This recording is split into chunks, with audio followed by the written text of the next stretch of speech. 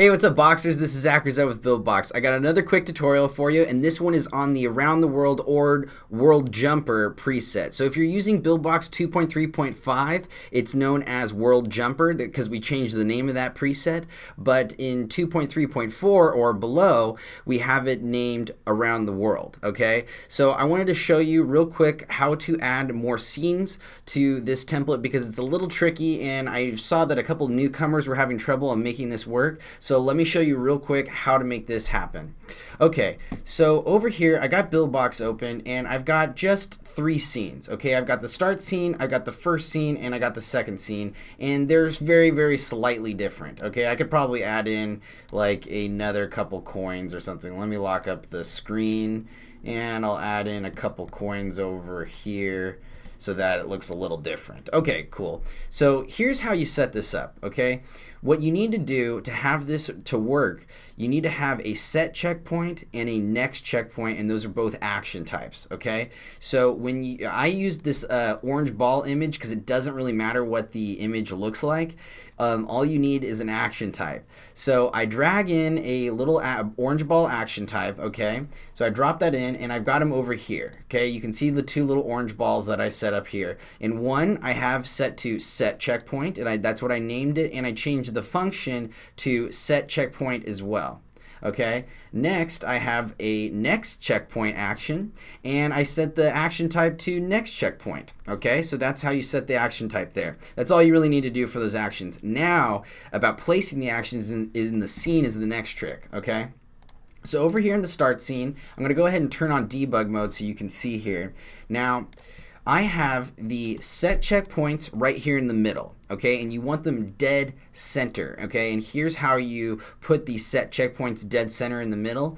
Trey taught me this is a good little trick. You can turn on connection mode, and then you can zoom in, and what you can do is you can line up the dots, okay. You turn down the opacity, so this is the orange ball action type, right? You see the little orange ball there? All I do is I turn the opacity down to 0, I make it invisible, and then I turn on, I don't need to turn on debug mode, but as long as you have connection mode on, and that's this one right here, it says activate connection mode, you just line up the dots right here in the center, okay, and then you're good to go.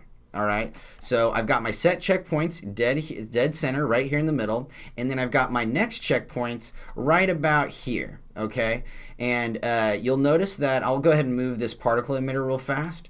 You'll notice that I put the next checkpoints really close, really close to the character, but what I don't do is I make it so that the collision shapes, they don't touch. Okay, you can't have them touching, or else it's not gonna be the right loop. It's not gonna work. Okay, so you have to make sure they're not touching. And because there's a little bit of a jump going from one scene to the other, I put a particle emitter in here that kind of looks like a black hole, and it looks like you're going into the black hole and then coming out of the black hole in another world. Okay, so there's one last thing I want to do real fast, and I want to get rid of this touch to jump little label here, and then okay, that's about it. So you've got this pretty much the 3 things that I did is I did set checkpoint, I did a next checkpoint, and I did a little particle emitter. Okay, so let's take a look at what I've got now.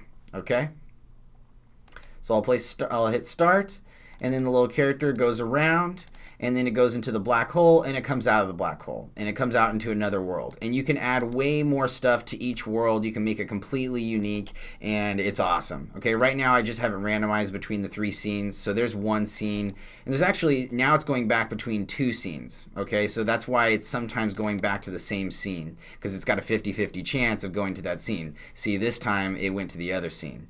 Okay, so if you add more scenes, it'll go to those other scenes as well. It'll throw it into the randomization mix. Okay, and just real quick, if you want to know how to make a black hole particle emitter just like that, let me go ahead and show you. You go over here to edit the emitters, and you zoom in here so you can take a look at this. Click on your emitter, and the real trick to this is you want to have the radial acceleration be -1,000. So it goes out, and then it comes in hard, and it goes back in. Okay, and then you want your speed to go out, and if you want to make it, like, you can make it really cool. You can do something like 250 crappy speed, and then watch it you can see the little particle emitters even going out. You know what, I even think that that's better. Now that I look at it, I think a little bit of particle emitters kind of flying out here and there are kind of nice. I might even turn on a variation of about 30, and yeah, something like that. I wonder what blend additive would look like. No, it doesn't work well with the dark color.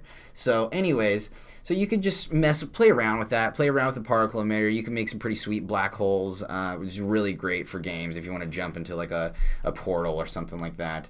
It especially goes well over actual portal logic pieces. Particle emitters are great for covering up portals.